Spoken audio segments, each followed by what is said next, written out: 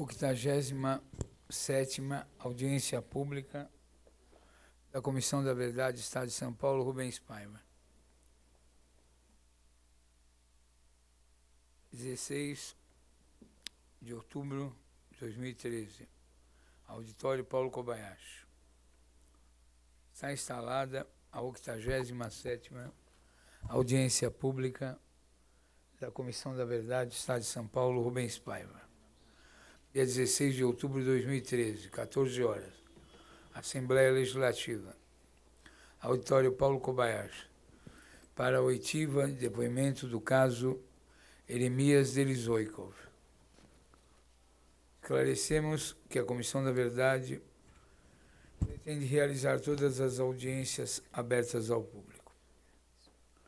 Hoje, a composição da mesa é: à esquerda, Amelinha Teles e o depoente Demétrio Delizoikov, irmão de Jeremias. Antes de dar início aos trabalhos, eu quero deixar registrado nosso pesar pelo que está acontecendo hoje na TV Assembleia. Nós todos os dias falamos dos resquícios da ditadura, das coisas horríveis que sobraram na ditadura. O que está acontecendo na TV Assembleia é um atentado contra a democracia. 90 profissionais receberam seu pedido de demissão e a direção da TV, Laerte Mangini, Bernardi, Dantas, José Paulo Dantas e José Carlos Bernardi e o Alessio, Chico Alessio, foram demitidos. E todos os outros profissionais foi oferecido como resignação um PDV. PDV é um plano de demissão involuntária. Não tem nada de voluntário. Então, já que nós estamos instalando a Comissão da Verdade hoje, nós estamos registrando esse voto de pesar por esse ato ditatorial, por uma TV que dignificava a imagem dos deputados, fazia, espero que continue fazendo, a transmissão das sessões da TV Assembleia. Abaixo a ditadura, abaixo essa mudança de orientação absurda que está ocorrendo na TV Assembleia e a nossa solidariedade. Bom, vamos entrar no assunto do dia, que é, vai haver a leitura do memorial mais o atestado de óbito, leitura do depoimento enviado por escrito pelo Zé Araújo Nóbrega e a leitura dos votos na Comissão de Mortos Desaparecidos, do Luiz Francisco Carvalho e da Suzana Lisboa.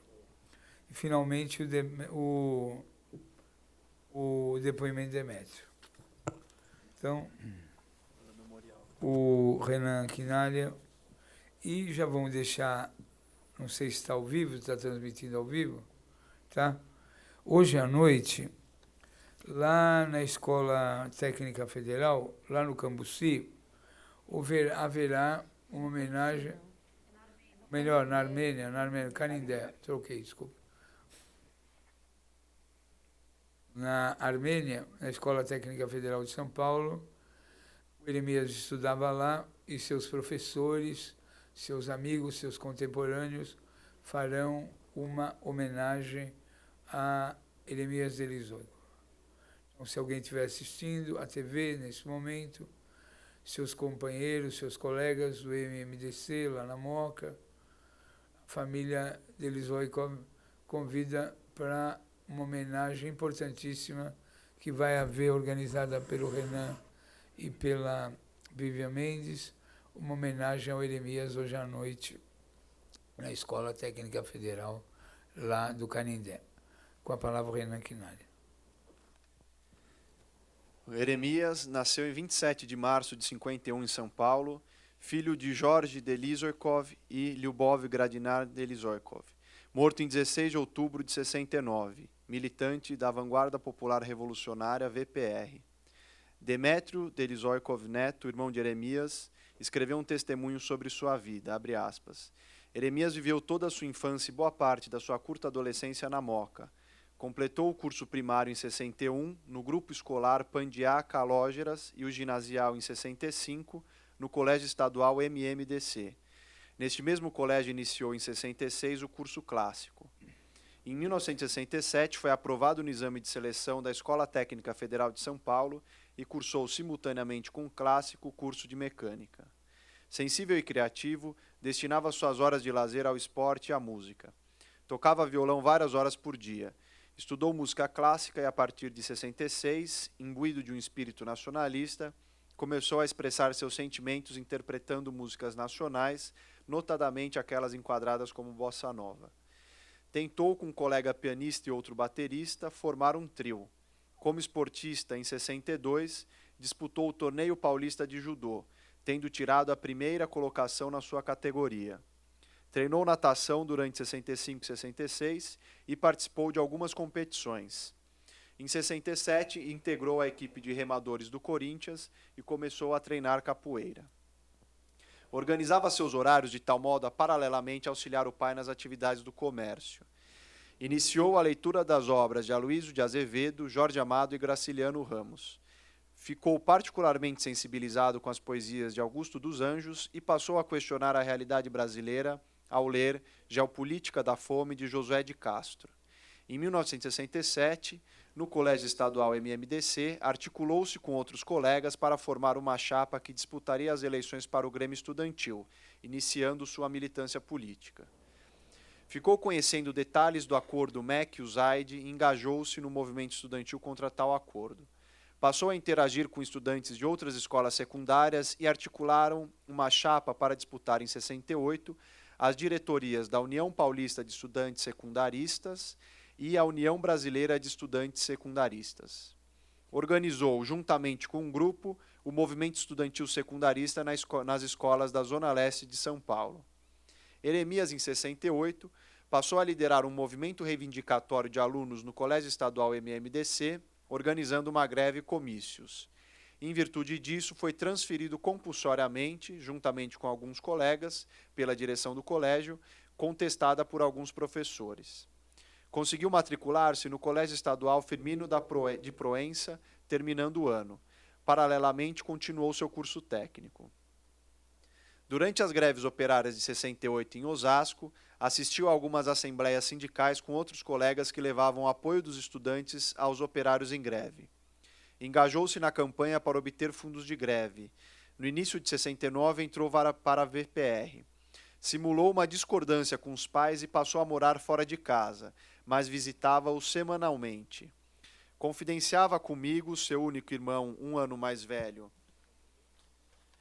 e então estudante universitário, com quem mantinha uma estreita ligação e com quem discutia posições políticas.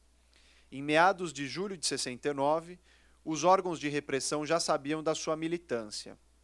Dias antes, Eremias, sabendo do inevitável, reuniu-se com os pais e os pôs a par da sua real situação.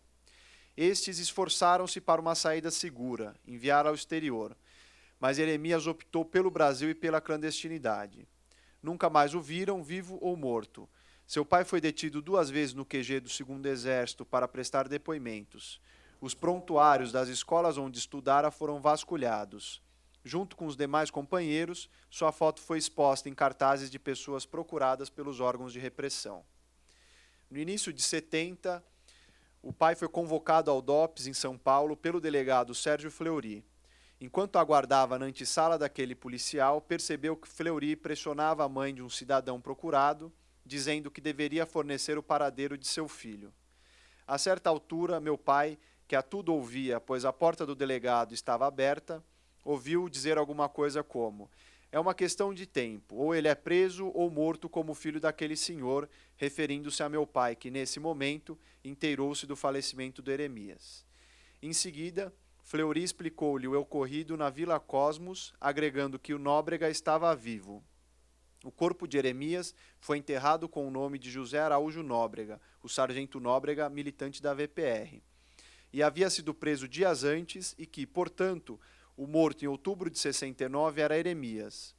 Fleury descartou qualquer possibilidade de ajuda em relação ao esclarecimento oficial dos fatos, alegando que, se algo pudesse ser feito, seria no Rio de Janeiro, junto ao Primeiro Exército. Dias após a ida de meu pai ao DOPS, a imprensa toda noticiaria que Nóbrega havia sido preso e que a pessoa morta no confronto com o Exército em outubro de 69 era Eremias. Enquanto durou a clandestinidade de Eremias, principalmente nos meses de junho a agosto de 69, a casa de meus pais era constantemente visitada e vigiada por agentes policiais ou militares. Diante do clima de repressão reinante à época, meu pai entendeu não ser possível iniciar o esclarecimento dos fatos. Em 75 ou 76, meus pais foram ao Rio de Janeiro para tentar obter mais informações e localizaram uma vizinha da casa onde Eremias fora morto. Segundo a vizinha, a repressão montou um grande aparato interditando o quarteirão onde se situavam as casas. Pessoas que se diziam militares do Exército pediam que os moradores das vizinhanças permanecessem quietos em suas casas. Contra a casa em que morava Eremias foram disparados inúmeros tiros, inclusive de metralhadora e bombas, e de dentro da casa partiram também vários tiros. A vizinha acrescentou que parte do efetivo militar utilizou-se de sua casa para invadir a casa onde estava Eremias. Em 1979, após a edição da Lei de Anistia, meus pais iniciaram a tramitação jurídica para obtenção do atestado de óbito. Fecha aspas. Eremias foi assassinado em 16 de outubro de 69 na rua Tocopi, 59, em Vila Cosmos, Rio de Janeiro, quando teria reagido ao cerco montado pelos agentes do DOI-CODE Rio de Janeiro, que tentavam prendê-lo. Sua casa foi cercada pela polícia do Exército, comandada pelo então Major Enio de Albuquerque Lacerda. Seu corpo entrou no ML do Rio de Janeiro pela guia 471 da 27ª DP em 17 de outubro de 69 como desconhecido. A necropsia foi feita pelos médicos Elias Freitas e Higino de Carvalho Hércules, que confirmaram sua morte em tiroteio. Essa necropsia foi enviada ao tenente-coronel Ari Pereira de Carvalho, do Primeiro Exército, em 4 de novembro de 69, respondendo ao ofício 164 IPM de 21 de outubro de 69 com o seguinte teor: a fim de instruir os autos do IPM de que sou encarregado pelo excelentíssimo senhor general Ciseno Sarmento, comandante do Primeiro Exército, solicito Vossa Senhoria determinar o atendimento dos seguintes quesitos: termo de necropsia do cidadão José Araújo de Nóbrega, morto em ação policial ocorrida cerca das 11 horas do dia 16 corrente, na rua Tocopi, 59, Vila Cosmos, no estado do Guanabara, comparecimento ao Hospital da Guarnição da Vila Militar de Médicos Legistas, a fim de procederem a exames de corpo de delito nos militares Major Enio de Albuquerque Lacerda, Capitão Ailton Guimarães Jorge e Cabo Mário Antônio Povaleri, feridos na mesma ação. O óbito foi lavrado em nome de José Araújo de Nóbrega, tendo o cadáver um reconhecimento forçado feito pelo irmão de José Araújo, Francisco Araújo de Nóbrega, preso à época. Eremias foi enterrado no cemitério São Francisco Xavier, em 21 de outubro de 69, na cova 59.262, quadra 45.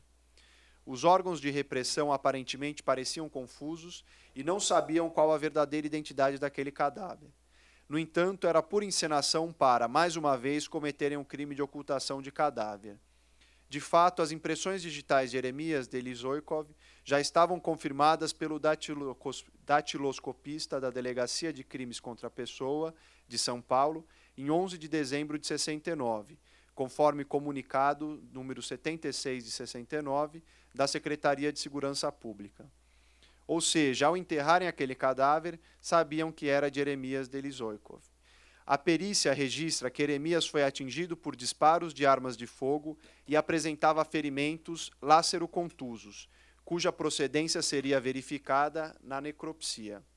Os legistas Elias Freitas e Higino de Carvalho Hércules atestaram ferimento transfixante da cabeça com dilaceração do encéfalo e, para facilitar o trabalho, passaram a identificar os orifícios de forma agrupada. Ao todo, são descritas 19 lesões de entrada e 14 de saída de projéteis no corpo de Jeremias. Citaram ainda pelo menos 29 disparos nas paredes da casa.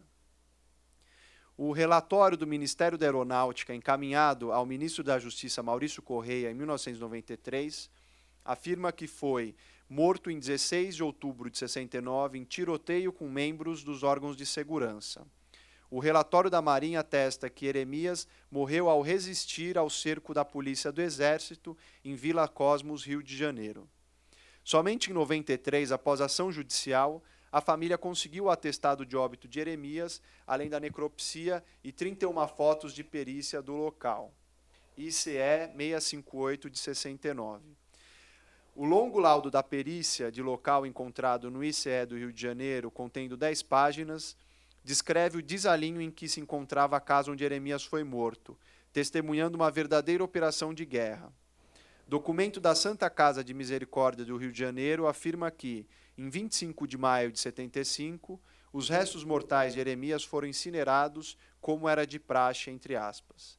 No arquivo do DOPS Rio de Janeiro, consta documento do CENIMAR, de número 189, de 23 de julho de 70, que traz uma relação de militantes do Colina, VAR Palmares e VPR e sua situação em 15 de junho de 70, em que estão registrados os nomes de José Araújo Nóbrega como banido e o de Jeremias Delizoikov como morto.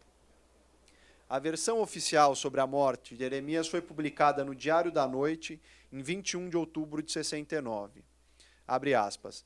1 morto e 3 feridos foi o saldo trágico de uma diligência feita pelas autoridades da PE na Vila Militar, no bairro da Vila Cosmos, na Zona Norte, visando deter um grupo de subversivos que se homiziava num aparelho descoberto pela polícia.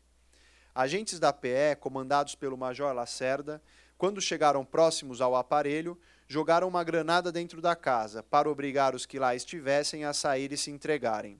Após a explosão, quando o comandante Lacerda entrou no imóvel, acompanhado do capitão Ailton Guimarães e do cabo Mário Antônio Poveroli, foram baleados. O major foi ferido na perna esquerda, o capitão na coxa esquerda e o cabo no braço esquerdo com fratura exposta. O elemento, após ferir os militares, foi fuzilado e morto por agentes que participavam da diligência. O aparelho foi denunciado por um jovem de uns 20 anos presumíveis, que se encontrava preso na Vila Militar e sua identidade está sendo mantida em sigilo.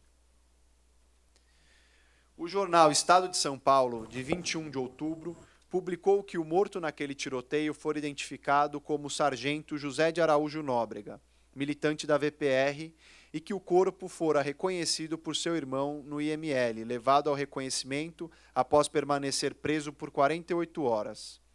Em 6 de fevereiro de 70, o Diário da Noite publicou que o DOP São Paulo esclarecera que o morto não era o sargento Nóbrega, e sim Jeremias Delizoikov, como estava escrito.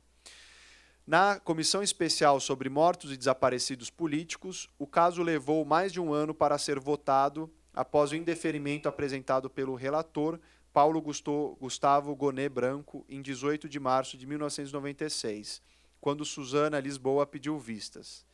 A discussão que se estabeleceu fez com que, sob orientação do presidente Miguel Reale Júnior, fosse feito o primeiro dos muitos pedidos de vistas que se sucederam nos trabalhos da comissão. Suzana Lisboa apresentou seu relatório em 2 de outubro de 97, do qual fez parte o parecer do perito Celso Nenevê. Luiz Francisco Carvalho Filho, que não participara da primeira discussão, também pediu vistas e, em dezembro, o caso foi finalmente votado. Paulo Gustavo Gonet Branco votou pelo indeferimento por considerar que as informações constantes dos autos levavam a crer que a morte de Jeremias ocorrera em função de tiroteio com as forças de segurança. Reconheceu o ataque maciço e o emprego de potente material de destruição, mas concluiu não ser possível afirmar que a morte se dera quando os agentes dominavam, sem resistência, o local. Suzana Lisboa questionou se estariam realmente os órgãos de segurança confusos em relação à identidade do morto, conforme demonstram as muitas matérias divulgadas na imprensa, ressaltando parecer impossível que a diferença de mais de 10 anos entre Jeremias e o sargento Nóbrega não tenha sido notada pelos legistas que examinaram o corpo. E ainda que não tenham os órgãos de segurança providenciado a retificação dos registros de óbito e tampouco possibilitado que o corpo fosse entregue à família. O parecer do perito Celso Nenevê, feito a pedido da Comissão de Familiares de Mortos e Desaparecidos Políticos, analisa os laudos de perícia e de exame cadavérico, comparando-os com as fotos. Nenevê identificou ferimentos não descritos no laudo e se deteve na análise dos ferimentos lácero-contusos, já que, das 19 lesões produzidas por projéteis de armas de fogo, nada pôde afirmar quanto à reação vital, em virtude da qualidade e distância em que foram feitas as fotos. Os peritos descrevem 29 impactos de projéteis nos diversos cômodos da residência, mas, estranhamente, não verificaram ou não descreveram os disparos feitos do interior para o exterior. Ressalta que a posição do corpo pela foto não é compatível com sua posição de repouso final, nem tampouco é condizente com a mancha de sangue que aparece na parede. A descrição de tiros nas janelas e até o ponto de repouso final dos fragmentos de vidro oriundos desses tiros permitem concluir que ali não houve explosão capaz de causar as lesões descritas. Pelos documentos apresentados, portanto, não foi possível ao perito entender a dinâmica do ocorrido, pois se a explosão que mutilou o cérebro e grande parte do corpo de Jeremias não ocorreu na casa, mas teria lhe causado morte cerebral, isso o impossibilitaria de efetuar qualquer disparo. O perito concluiu que, abre aspas, a vítima apresenta contusões profundas com rupturas de órgãos, dilacerações do tecido muscular e fragmentação de tecidos ósseos, em diversas regiões anatômicas do corpo, com características daquelas produzidas por onda de choque oriunda da detonação de artefato explosivo. Dada a ausência de fragmentos do invólucro ou de outros elementos componentes deste artefato, no interior do cômodo ou da residência, ou ainda no interior do corpo, é indicativo que o artefato que gerou as lesões com sua explosão não seja do tipo fragmentável, salientando-se que as granadas, quer do tipo ofensiva ou defensiva, salvo o melhor juízo, iriam gerar fragmentação. Pelo descrito e pelo que pode ser observado nas fotografias do local, a residência em apreço não porta características que em seu interior tenha ocorrido uma explosão, uma vez não ter sido verificado o quebramento das vidraças, ausência da descrição de um epicentro dessa explosão no local, ou danos no piso, paredes ou demais estruturas, bem como a presença de fragmentos de terra no interior do pescoço da vítima, muito provavelmente levados pela onda de choque, sendo que a terra é um elemento que não é comum no interior de uma residência. Dada a grande intensidade das lesões que experimentou a vítima em função da onda de choque, é praticamente certo o estado de, no mínimo, morte cerebral na vítima, o que, após as suas produções, impediram que ele apresentasse condições de ataque, defesa ou fuga. Isto posto, e tendo acontecido as lesões pela onda de choque em primeiro lugar, as quais mutilaram o cérebro e grande parte do corpo, seria praticamente impossível que ele tivesse efetuado algum disparo, e conclui o perito, onde estas lesões se produziram, já que a residência não foi este local, e ainda como foi ter naquele local após a explosão, estes são questionamentos que não puderam ser esclarecidos pela falta de elementos materiais no caso. Fecha aspas. Apontando a falsidade da versão oficial, a conselheira Suzana Lisboa respondeu ao questionamento feito por Paulo Gustavo Gonet Branco, ressaltando que, segundo a perícia, teriam sido disparados 3 tiros da arma encontrada junto a Jeremias, e foram 3 os policiais feridos. Pergunta a conselheira, teria Jeremias, com cada um dos tiros, cercado, sob cerrado tiroteio, granada detonada na casa, conseguido a extrema proeza de acertar os policiais, um na perna esquerda, outro na coxa esquerda e outra no braço esquerdo? E mesmo que tivesse Jeremias mais do que exímio atirador acertado os 3 policiais, o que examina a Comissão Especial sobre Mortos e Desaparecidos Políticos são as circunstâncias da morte dos militantes. A violência extrema que se evidencia nas fotos e no laudo falam por si, concluiu ao pedir a aprovação do requerimento. O conselheiro Luiz Francisco Carvalho Filho acompanhou o voto de Suzana Lisboa, ressaltando as evidências demonstradas pelo laudo de Nenevê e que, abre aspas, mesmo admitindo em tese que o militante resistir armado ao cerco da polícia política, a prova dos autos aponta para uma execução e não para a imobilização e detenção do infrator, como autoriza e autorizava a lei em vigor. Destacou que a versão oficial não merece credibilidade, pois os fatos não aconteceram como relatados pelas autoridades militares. Agregou que, abre aspas, a prova material indica intenção nítida de eliminar, não de dominar e conter, ainda que em virtude da alegada reação da vítima, capaz de atingir 3 agentes. O excesso é inquestionável e injustificável, fecha aspas. O caso foi finalmente deferido em 2 de dezembro de 97, por 4 votos a favor e 2 contra, os do relator Paulo Gustavo Goné Branco e o do general Oswaldo Pereira Gomes. Os familiares de Jeremias, ao receber a indenização, doaram valor para a criação do site www.desaparecidospoliticos.org.br, organizado pela Comissão de Familiares de Mortos e Desaparecidos Políticos. A comissão passou a denominar o acervo custodiado de Centro de Documentação Jeremias Delizoikov. Seus companheiros da VPR homenagearam-no dando seu nome a um dos campos de treinamento de guerrilha no Vale do Ribeira, em São Paulo. Essas informações foram retiradas do dossiê, do dossiê Mortos e Desaparecidos Políticos no Brasil de 64 a 85 do IEV. Então, só queria falar, antes da gente começar os depoimentos, que, embora hoje à noite a mesa é muito grande, tem muita gente para falar, talvez fosse interessante fazer a leitura desse documento antes de começar. Vai ser feito. Vai. Tempo que vai ser feito. Eu queria dizer que agora está sendo apresentado ali no PowerPoint 2 documentos, né? O primeiro documento é a certidão de óbito, quer dizer, aqui que começa a farsa da ditadura, mais uma vez. Coloca, na certidão de óbito, coloca o nome de José Araújo de Nóbrega. Esse aqui é o primeiro. Que é o primeiro, assim, cronologicamente, esse é o primeiro documento que é produzido pela ditadura. A ditadura não assume o assassinato, a execução de Jeremias Delizoikov, e então coloca o nome de José Araújo de Nóbrega, que é um militante da VPR na época e que é vivo até hoje. Ele não foi morto. Quer dizer, a farsa começa aí, né? O seu Jorge Delizoikov, que é o pai do Jeremias, que muito lutou para que essa memória hoje estivesse aí viva, hoje está aí no livro, hoje está na história desse país, graças muito a ele, a atuação dele, ele entra com uma ação na justiça para pedir a retificação do atestado de óbito, porque, na verdade, a repressão já sabia que era o Jeremias Delizoikov que tinha sido morto, e não o José Nóbrega. E aí vai conseguir essa certidão de óbito, que é o segundo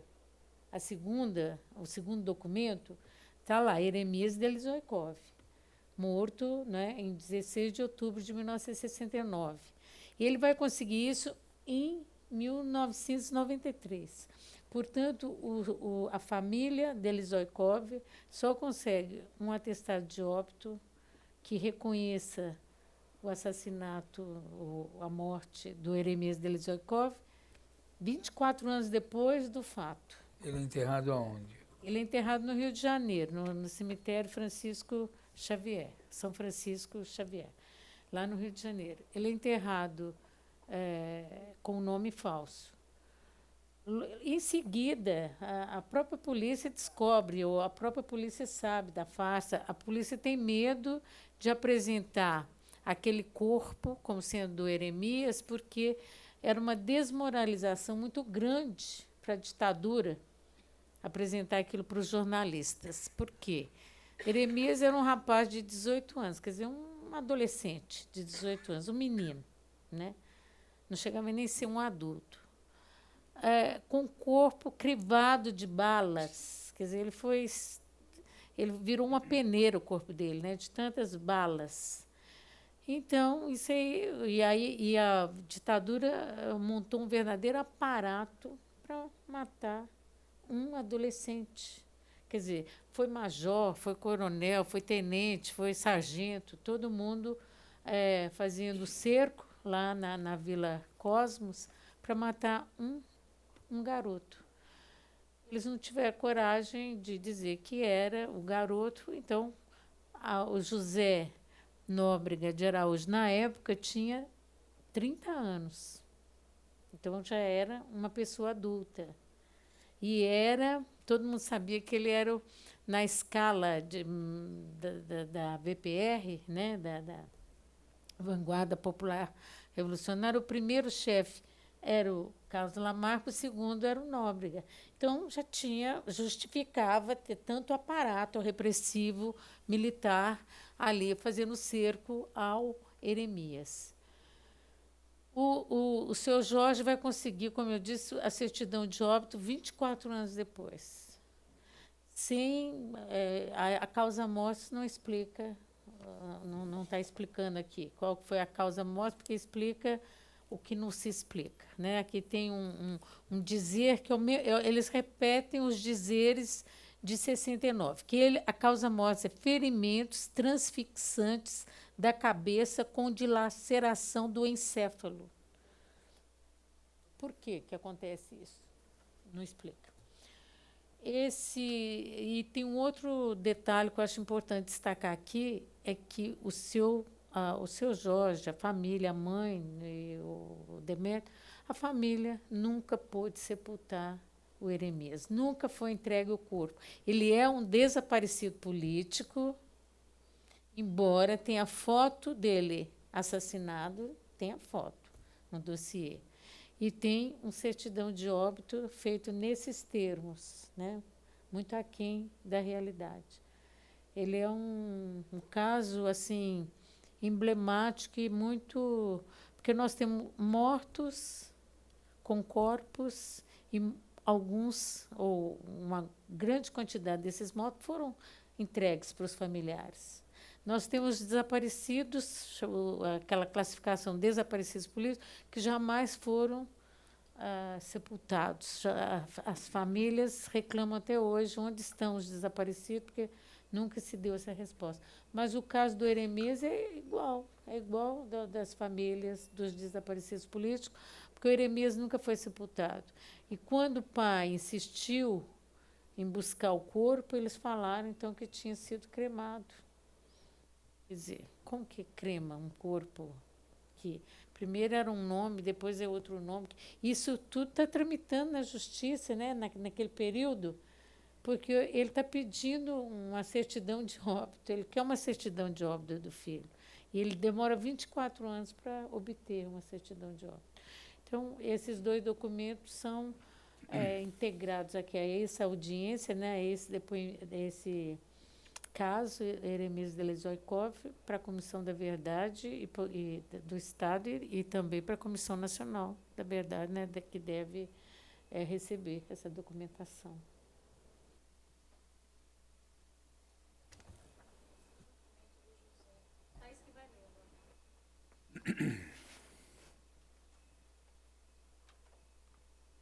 Pode falar?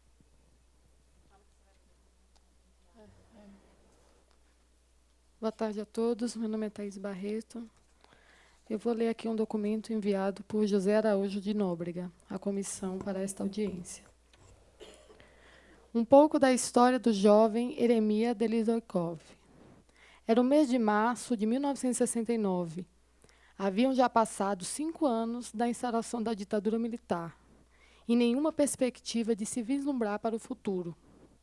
Os partidos políticos haviam sido extintos por força de ato institucional. A classe política, a classe estudantil e a intelectualidade aspiravam por alguma abertura política que propiciasse a participação nos destinos do país. Mas nada de nada. Somente mortes em torturas, repressão e arbitrariedade. O país estava sem representação política. Meu nome é José Araújo de Nóbrega. Até janeiro de 1969, servia ao quartel do Exército de São Paulo, havia estado à disposição da Polícia Federal, porém, por opção, estava participando clandestinamente e ativamente na luta contra a ditadura militar desde 1964. Fazia parte de organização denominada Vanguarda Popular Revolucionária, a VPR. Naquele mês de janeiro de 1969, por ocasião da deserção do capitão Carlos Lamarca, do 4º Regimento de Infantaria, nossas identidades foram reveladas e tivemos que passar para a mais dura e absoluta clandestinidade. Desde o mês de fevereiro, tivemos as primeiras baixas. A primeira vítima foi o jovem Hamilton, na gráfica Urupês. A partir de então, a maioria dos nossos mais experientes quadros revolucionários começaram a ser presos. Alguns de nós, os que restaram, e os mais experientes, tivemos a incumbência de reorganizar a VPR, e foi nessa época, no mês de março de 1969, que conheci o jovem Eremias Delizoikov, entre outros, que também vieram a dar a vida na luta contra a ditadura. Ele fazia parte de um grupo de estudantes secundaristas, o qual também pertencia o jovem Celso Lungaretti. Os primeiros contatos que tive com Eremias, este mostrava-se, apesar da idade, com muito bom nível de conhecimento político e disposto a lutar contra a ditadura. Entre esses jovens se destacaram também Gerson Teodoro de Oliveira e Carlos Roberto Zanirato. Quero dizer que me foi dada a incumbência de formar um grupo de combate, CG, com esses 4 jovens e inexperientes na tarefa que nos propunhamos. Desse grupo fazia parte a então jovem Tereza Ângelo, companheira de Gerson Teodoro. Na ocasião, eu tinha 31 anos de idade, era militar há 13 anos e tinha experiência em várias ações armadas na luta contra a ditadura. E, por isso, fui obrigada a transmitir, como da noite para o dia, experiência militar e luta clandestina. Fizemos juntos algumas ações armadas com bastante êxito. Na verdade, era muito difícil compactuar a inexperiência com a forma afoita dos jovens. Primeiramente, levei para morar comigo o jovem Zanirato em Santo André.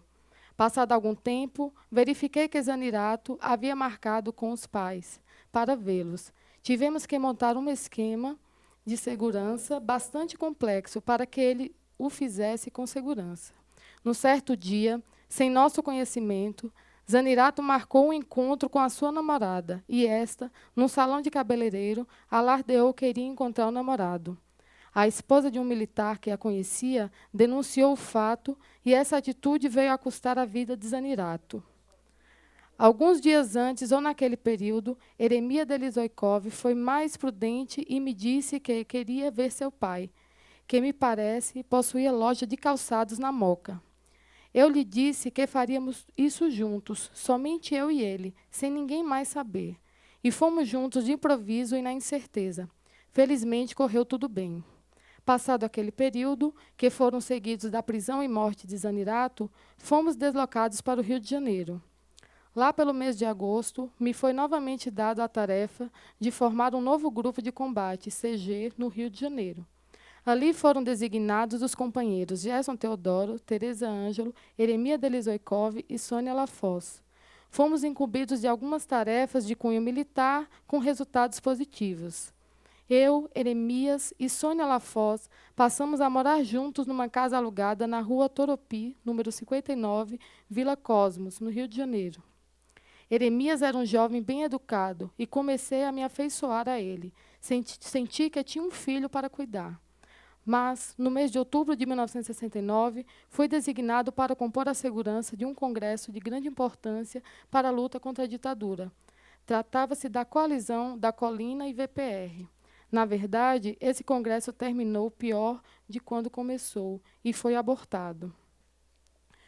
Quando regressava de volta à minha casa, onde residia com Eremias, verifiquei um enorme aparato militar.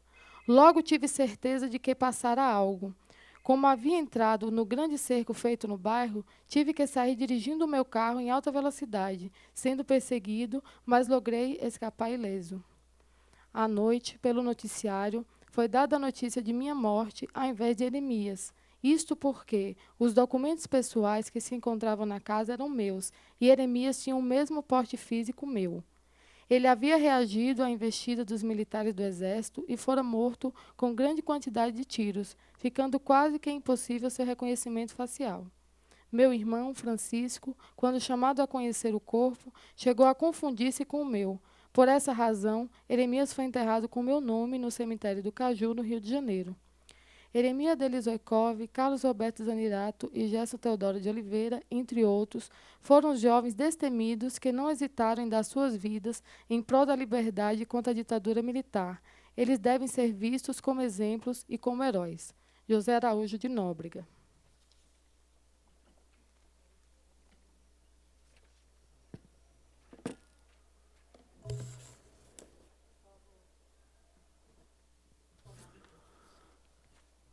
Vamos lá, vamos começar? Faz a leitura dos votos. Boa tarde a todas e todos. Meu nome é Ricardo Kobayashi. Eu vou ler o voto do Luiz Francisco Carvalho Filho. Voto. Solicitei vista dos autos após o voto do ilustre relator Paulo Gustavo Goné Branco pelo indeferimento do pedido dos familiares de Jeremias Delizoikov e de Suzana Lisboa. Favorável ao reconhecimento. Entendo que estão preenchidos os requisitos legais, mesmo admitindo, em tese, que o militante resistiu armado ao cerco da polícia política. A imprensa da época relata que 3 agentes militares foram feridos levemente. Folhas 89. A prova dos autos aponta para uma execução, não para a imobilização e detenção do infrator, como autoriza e autorizava a lei em vigor. Com efeito, a relação de ferimentos sofridos pela vítima é impressionante. Entre outras lesões constatadas, os peritos se utilizaram de todo o alfabeto, de A a Z, para a identificação dos orifícios de entrada e de saída dos projéteis de arma de fogo. Sendo insuficiente o número de letras, os peritos iniciaram uma nova série de A a F, com o acréscimo do símbolo linha. E, possivelmente para facilitar o trabalho, passaram a identificar os orifícios de forma agrupada. Assim, 3 orifícios de saída estão identificados pela letra E. Em síntese, são 19 lesões de entrada, 14 de saída, tendo sido localizados 5 projéteis no exame interno do cadáver. Os peritos que estiveram no local citam pelo menos 29 impactos de disparo de arma de fogo nas paredes do cômodo. Por outro lado, a vítima apresentava contusões profundas que, pelas suas características, o perito Celso Nenevê afirma terem sido produzidas por onda de choque oriunda da detonação de artefato explosivo. A versão oficial afirma que, quando se aproximaram do aparelho, os agentes militares lançaram uma granada no interior da casa para obrigar os que lá estivessem a sair. Após a explosão, os policiais entraram na casa e foram feridos, sendo que então o elemento foi fuzilado. O excesso, portanto, já consta do próprio noticiário da época. A autoridade militar que presidiu o respectivo IPM e formulou quesitos aos peritos de local faz expressa referência a, abre aspas, ferimentos provocados por estilhaço de granada, fecha aspas. Admitindo como verdadeira a versão descrita pela imprensa, a vítima já estaria mortalmente atingida quando da entrada dos agentes no recinto, tornando-se desnecessário, inútil mesmo, o fuzilamento que se seguiu. Contudo, estranhamente, não foram encontrados ou descritos pelos peritos vestígios de explosão no interior da residência. A explosão que causou os ferimentos deixaria, obviamente, vestígios, o que é confirmado pela informação técnica de Celso Nenevê. Por outro lado, nas partes dilaceradas do cadáver foram encontrados vestígios de terra, o que também é descrito diante da informação de que a explosão teria ocorrido no interior da residência. Celso Nenevê esclarece, ainda que, pelo exame da fotografia, a posição do cadáver não é compatível com sua posição de repouso final. O fato é que não se sabe como ocorreram as lesões decorrentes da explosão, nem se antecederam o fuzilamento. Outra circunstância, em princípio desfavorável à versão oficial difundida na época, a nota militar informava a apreensão de grande quantidade de armamento, munição, bombas caseiras, etc. Mas nada foi registrado, além do revólver encontrado ao lado do cadáver pelos peritos que realizaram o levantamento de local. Registra-se, finalmente, que a verdadeira identidade da vítima permaneceu oculta durante anos. O cadáver foi identificado como José Araújo de Nóbrega, outro militante procedente das Forças Armadas e ligado à Lamarca. O nome da vítima poderia estar, portanto, integrando a lista dos desaparecidos, sendo que as evidências indicam que os agentes da repressão tinham conhecimento da verdadeira identidade do morto. Por todo exposto, verifica-se que a versão oficial não merece credibilidade. Os fatos não aconteceram da maneira como foram relatados pelas autoridades militares. A prova material indica uma intenção nítida de eliminar, não de dominar e conter, ainda que em virtude da alegada reação armada da vítima, capaz de atingir 3 agentes. O excesso é inquestionável e injustificável. A autoridade não pode optar entre a eliminação e a detenção do infrator. Por esse motivo, acompanho o voto de Suzana Lisboa pelo reconhecimento do nome de Eremias Delizoikov para fins da Lei 9.140 de 1995. Luiz Francisco Carvalho Filho.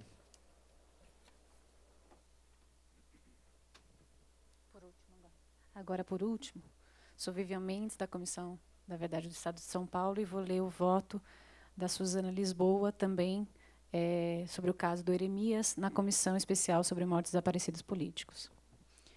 O requerimento é apresentado pelos pais, Jorge e Lyubov Delizoikov, que pedem a inclusão do nome do filho no anexo 1 da Lei 9.140 e a entrega do corpo ou a confirmação de que seus restos mortais foram cremados, o que a comissão especial tratará oportunamente. O processo de Eremias Delizoikov foi relatado pelo Dr. Paulo Gonet, que negou o pedido considerando que, abre aspas, as informações constantes dos autos conduzem a crer que a morte de Eremias ocorreu durante tiroteio com forças de segurança. É certo que se fala em ataque maciço dos agentes de segurança com emprego de potente material de destruição. Não se pode, todavia, afirmar que o falecimento se deu quando os agentes estatais dominavam sem resistência o local, mantendo o detido sob controle insuscetível de desafio. Hipótese que, se positivada, permitiria falar da dependência policial por assemelhação, nos termos do artigo 4º e 1b da Lei 9.140 de 95. A circunstância de ter havido resposta ao ataque das forças de segurança impede que se veja presente aqui o pressuposto previsto na Lei de 1995 para que a morte nela se enquadre. Fecha aspas. Em agosto de 1996, após meu pedido de vistas, o processo foi enviado ao perito Celso Nenevê para elaboração de laudo que acompanha o presente relatório. Examino anteriormente outros documentos anexados e o histórico do caso. A morte de Eremias, militante da Vanguarda Popular Revolucionária, VPR, descrita no dossiê dos mortos desaparecidos políticos, as folhas 63 a 66, deu-se em 16 de outubro de 69, na rua Tocupi 59, Vila Cosmos, Rio de Janeiro, tendo sido enterrado com o nome de José de Araújo Nóbrega, também militante da VPR e vivo até hoje. A versão oficial dos órgãos de segurança publicada pela imprensa informou que, abre aspas, 1 morto e 3 feridos foi o saldo trágico de uma diligência feita pelas autoridades da Polícia do Exército da Vila Militar, no bairro da Vila Cosmos, na Zona Norte, visando deter um grupo de subversivos que se homiziava num aparelho descoberto pela polícia. Agentes da Polícia do Exército, comandados pelo Major Lacerda, quando chegaram próximos ao aparelho, jogaram uma granada dentro da casa para obrigar os que lá estivessem a sair e a se entregarem. Após a explosão, quando o comandante Lacerda entrou no imóvel, acompanhado do capitão Ailton Guimarães e do cabo Polveroli, foram baleados. O major foi ferido na perna esquerda, o capitão na coxa esquerda e o cabo no braço esquerdo, com fratura exposta. O elemento, após ferir os militares, foi fuzilado e morto por agentes que participavam da diligência. O aparelho foi denunciado por um jovem de uns 20 anos, presumíveis, que se encontra preso na Vila Militar e sua identidade está sendo mantida em sigilo. Diário da Noite, folhas 90 e 91, fecha aspas. 4 dias depois, o Jornal do Estado de São Paulo, de 21 de outubro, publicou, abre aspas, o terrorista morto em tiroteio, quinta-feira passada com a Polícia do Exército na Vila Cosmos, no Rio, foi identificado ontem pelo seu irmão no IML, como sendo José de Araújo Nóbrega. Francisco de Araújo Nóbrega foi preso logo que chegou a Guanabara para identificar o corpo do irmão. O corpo deverá ser sepultado ainda hoje na Guanabara, já que as autoridades militares não permitiram o traslado para São Paulo, como era a intenção de seu irmão. Fecha aspas. Eremias foi então identificado e enterrado como José de Araújo Nóbrega. Francisco foi levado ao reconhecimento após permanecer preso por 48 horas. informou o Jornal da Tarde em 20 de outubro, conforme reportagem da revista Isto É, de 7 de novembro de 1990, as folhas 77 a 80. Abre aspas. A polícia acha que esse terrorista morto é o sargento José de Araújo Nóbrega, membro da cúpula da organização dirigida por Carlos Lamarca, que também estaria lá e teria conseguido fugir em um Galaxy azul. Fecha aspas. Conforme declarou Nóbrega, que era considerado o braço direito de Lamarca, na mesma reportagem, abre aspas, a polícia achou que o Lamarca estaria na casa, mas ele não estava, nem eu. O Lamarca estava numa reunião em Teresópolis, no Rio de Janeiro. Fecha aspas. Apesar de não haver registros oficiais, é de se supor o porte do cerco montado pelos órgãos de segurança, que pensavam estar cercando o legendário capitão Lamarca e seu lugar-tenente. O Diário do Norte, de 6 de janeiro de 70, afirmou, abre aspas, o ex-sargento José de Araújo Nóbrega, considerado elemento de confiança do ex-capitão Carlos Lamarca, não foi morto no tiroteio para estourar o aparelho da rua Tocopi 59, na Vila Cosmos, em outubro do ano passado, quando soldados da Polícia do Exército, recebendo denúncia de um subversivo preso, foi procurar o ex-capitão Lamarca. A informação é das autoridades de segurança da Guanabara, baseando-se em dados concretos fornecidos pelo DOPS de São Paulo, que examinou as fichas datiloscópicas do homem morto naquele tiroteio. O subversivo morto pelo Exército naquela ocasião foi Jeremias Dezoico. Escrito errado. E mais adiante acrescentou, abre aspas, o corpo do morto foi removido pelo ML, onde Francisco Nóbrega, mesmo sem olhar para o rosto do cadáver, identificou como sendo seu irmão José. Na ocasião, Francisco estava muito nervoso e as autoridades aceitaram o rápido reconhecimento do corpo e providenciaram o sepultamento. Fecha aspas. Estariam realmente os órgãos de segurança confusos em relação à identidade do morto? Ou seria uma estratégia para causar um golpe na VPR, informando da morte de Nóbrega? Ou ainda seria um ardil para que ele baixasse a guarda e andasse mais livremente, podendo ser mais facilmente capturado? Por que o reconhecimento forçado ao irmão, preso que estava há 2 dias?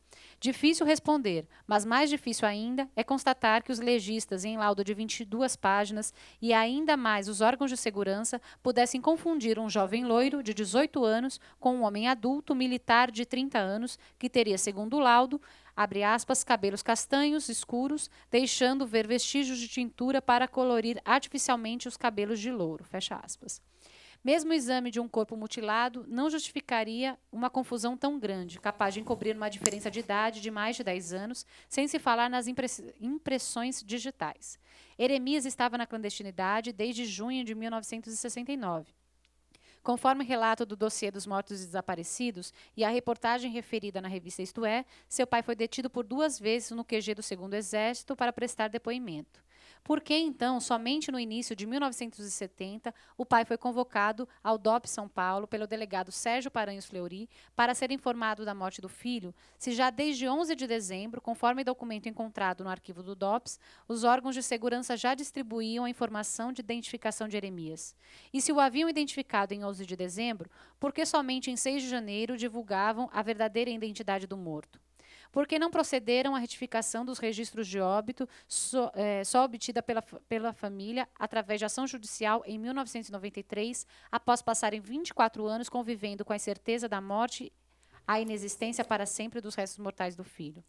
Por que não entregaram ao pai o corpo identificado de Eremias, sepultado como José de Araújo Nóbrega, em Cova Rasa, no cemitério São Francisco Xavier, em 1975, recolhido ao ossário geral para ser incinerado, como era de praxe, entre aspas? Tivesse a Comissão de Familiares de Mortos e Desaparecidos previsto a Lei 9.140, certamente o nome de Eremias Delizoikov continuaria a constar na lista dos desaparecidos políticos, morto que foi com atestado de óbito em outro nome e sem seu corpo ter sido entregue, estando desaparecido até hoje. A morte, segundo o óbito, deu-se às 10h30 da manhã. Por que, então, segundo o mesmo óbito, o corpo somente deu entrada no IML às 18 horas? Onde permaneceu durante essas longas 8 horas? Passemos à leitura do laudo. Provado está pelo laudo do perito que a versão oficial para a morte de Eremias é falsa. Não foi na rua Tocopi que o explodiram. Não foi com aquela camisa que o explodiram. É evidente a arrumação e o arranjo da posição do corpo para as fotos. Houve, sim, a intenção de mutilar, de matar e houve ainda a intenção deliberada de, ao ser comprovada a identidade, manter o registro de óbito sob nome falso, impedindo aos familiares o acesso ao corpo. Não foi possível saber-se a ordem dos fatos, nem tampouco comprovar se realmente Eremias enfrentou os policiais, como disse uma vizinha aos pais em 75, informando que tiros vinham também de dentro da casa. Teriam sido disparados, segundo o relatório de perícia, 3 tiros de arma encontrada junto ao seu corpo, mas os mesmos peritos não conseguem responder quem disparou. Teria Eremias, com cada um dos tiros cercado e sob cerrado tiroteio, conseguido a extrema proeza de acertar os policiais citados, um na perna esquerda, outro na coxa esquerda e outro no braço esquerdo? E por que não mencionaram os peritos os tiros dados do interior para o exterior da casa? Porque não havia, porque não puderam determinar. Afirmam, abre aspas, a arma encontrada junto ao cadáver apresentava indícios de ter sido disparada por 3 vezes, não se tendo elementos técnicos para se determinar o autor dos mesmos. E mesmo que tivesse Eremias disparado os 3 tiros, e mais do que um exímio atirador acertado os 3 policiais, o que se examina nessa comissão especial são as circunstâncias em que ocorreu a sua morte. Quem pode garantir que o sangue gotejado em direção à calçada, a que se referem os peritos, não seria do próprio Eremias, retirado que foi do local, talvez já ferido, para ser novamente ali colocado para ser fotografado depois de ter sido explodido e morto? E se não foi na rua Tucupi que ocorreu a explosão que lhe dilacerou o corpo, onde terá sido? E qual explosivo exatamente provocou a mutilação, se não foram constatados vestígios de granada? A violência extrema que se evidencia nas fotos e no laudo fala por si. Os próprios peritos, acuados ao que parece, registram que a cena fora modificada. A casa intacta fala por si. Talvez o espaço de 8 horas entre o alegado horário da morte e a entrada no IML traga em si a explicação que se busca, como em tantos casos já examinados por essa comissão especial. Voto. Voto pela inclusão do nome de Eremias Delizoikov dentre os beneficiários da Lei 9.140 de 95, devendo seus pais serem notificados do fato para, se assim o desejarem, requererem a indenização devida. Suzana Kenninger Lisboa, Comissão Especial, em 2 de outubro de 1995.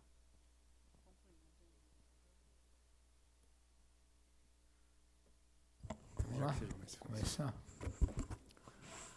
Demétrio, vocês são de origem abessarabiana, né? Isso, meus avós são bessarabianos. A sua mãe veio do Uruguai, Eu bebezinho para cá. Minha mãe não tinha 1 ano quando emigrou para cá. Né? Como é que é? Minha mãe não tinha 1 ano ainda quando meus avós emigraram para cá. Ela nasceu, portanto, na Europa. Ela nasceu na Europa.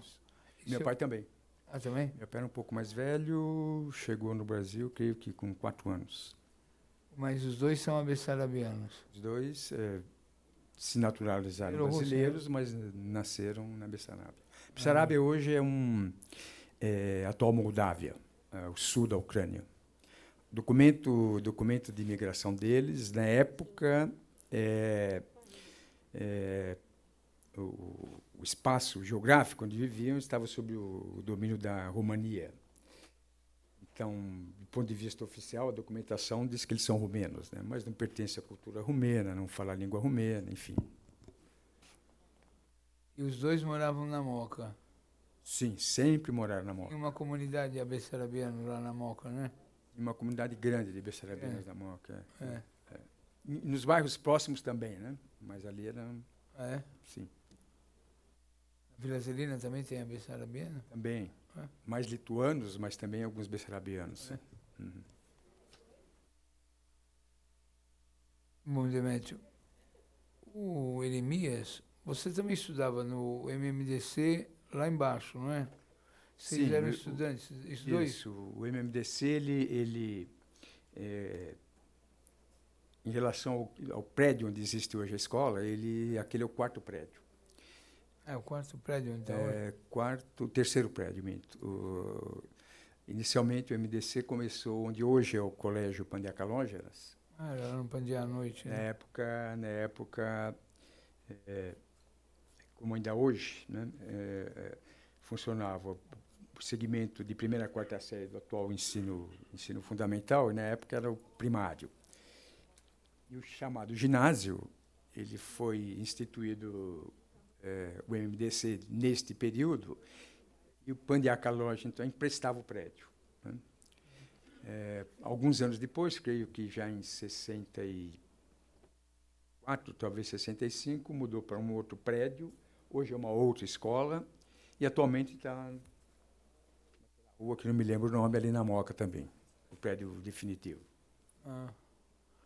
Clemente, você viu essa reportagem do Globo que fala da repressão ao jogo do bicho do dia 6/10/2013? Não vi essa reportagem. Aqui, ó. Aparece o Castor. Arruma o microfone. Ah, sim. Reconheço aqui pela fotografia e pelo nome. Um dos militares. Isso aqui é melhor? É. Sim, estou vendo aqui da fotografia do meio, chamado Capitão Guimarães. É uma das pessoas que a imprensa, inclusive toda a documentação diz que participou do assassinato do Eremias, né? Povoleri, Marco Antônio. Pois é, esse eu não saberia confirmar, tá? Há nos autos escrito, mas o Capitão Guimarães era o mais conhecido, já inclusive em várias matérias, reportagens, né? Já anunciavam o Capitão Guimarães, né? A Melinha tem outra aqui. Isso aqui hoje é um pessoal que está envolvido né? Com a contravenção, né? Isso.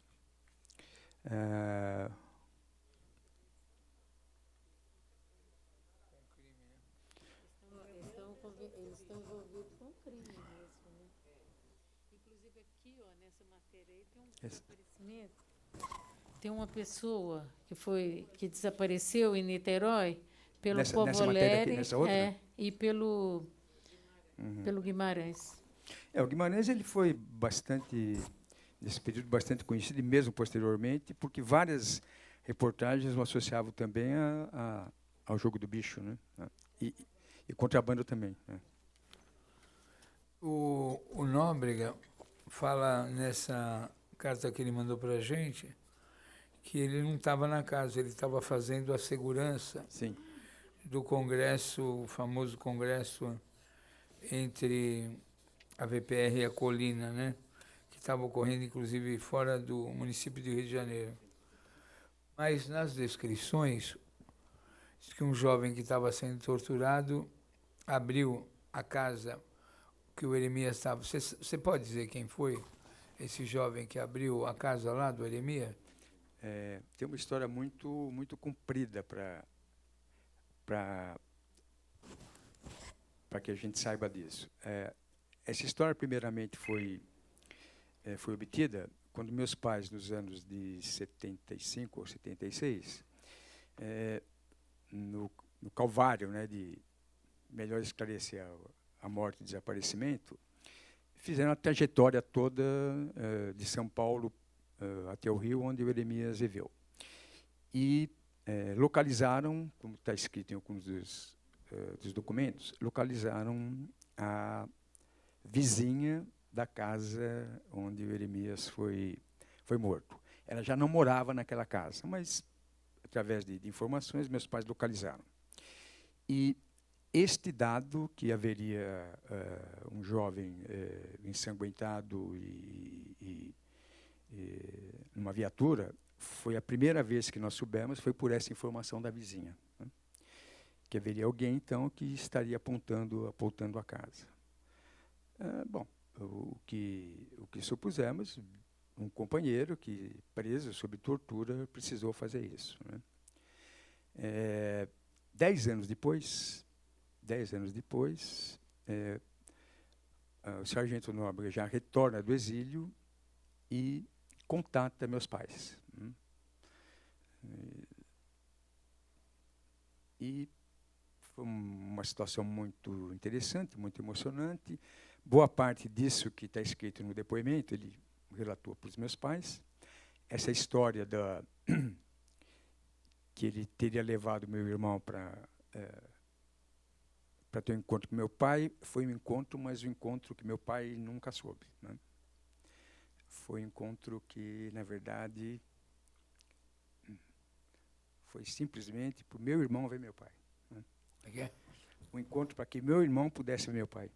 Na verdade, não houve uma conversa entre eles. o Eremias já estava clandestino, ainda em São Paulo, já morando com Nóbrega. Esse é o relato do Nóbrega. Em 85, quando procura a minha família para reatar enfim, a situação toda, e ele descreve isso, né? Que esse episódio no qual ele se refere aqui, que o Eremias estava com muitas saudades e que então os dois, o Eremias deitado no carro, escondido, para ver meu pai. Então, Quando, Demétrio? isso o Nóbrega informa para a gente em 85. Ele volta do exílio um pouco antes. Não, mas quando ocorreu esse fato do Eremias? O Eremias já estava entre março, quando o Eremias se despede de casa, e outubro, né? Quer dizer, até a data da morte. Penso que isso deve ter ocorrido entre março e junho, porque em junho eu ainda encontrava com o Eremias em E São Paulo. efetivamente ocorreu esse encontro ou não furou alguma coisa? Não, nós não sabíamos, e o que o Nóbrega informa para o meu pai é que ele levou o Eremias para o Eremias ver o meu pai, mas de longe. Não houve encontro entre os dois. Né? Okay? Não houve encontro. Pelo menos meu pai não relatou isso. Foi aqui em São Paulo. Foi em São Paulo, foi em São Paulo, né? E foi por esse motivo que, no retorno, em 85, no retorno do Nóbrega do exílio da Europa, da Suécia, ele encontra meus pais. Quer dizer, ele sabia o local, por conta disso, a informação que ele procura na lista telefônica, liga para o telefone e a pessoa com quem ele fala já não era mais. Era um outro parente que informou onde é que meus pais estavam morando. Né? Então, é um pouco essa história. Não, mas eu não sei se você pode responder, o senhor. Quem abriu o aparelho lá do Eremias? O sim. Nóbrega Sim. estava Então, fora da cidade? Isso. Então, a história toda do Nóbrega que eu me reportei é exatamente para dar essa resposta. O Nóbrega informa, naquela reunião que teve em 85 com os meus pais, eu estava presente, que a pessoa que teria informado o local teria sido o Carlos Mink. O Carlos Mink. E eu conheci o Carlos Mink fora do Brasil. Ele estava exilado. Nesse período onde eu o encontrei, eu trabalhava na África, na Guiné-Bissau, e Carlos Mink, junto com uma equipe de Portugal, que estava pensando como ocorreria a reforma agrária em Portugal, se deslocou para a Guiné-Bissau, provavelmente para uma missão junto com os portugueses, e eu o recebi na minha casa, na Guiné-Bissau. Eu era um cooperante, minha esposa e eu éramos um cooperante a serviço de uma instituição francesa, que formava professores, e conhecemos o Carlos Mink naquela ocasião, isso em 1980. E sabíamos que Carlos Mink era um exilado e relatei o caso. E o Carlos Mink é uma personalidade muito interessante, muito simpática. Relatei o caso e ele comentou comigo: Demétrio, aquele período nós fazíamos tantos erros, que isso pode ter acontecido mesmo, mas eu não lembro do caso. Ele não teve coragem de relatar para mim. Eu compreendo isso.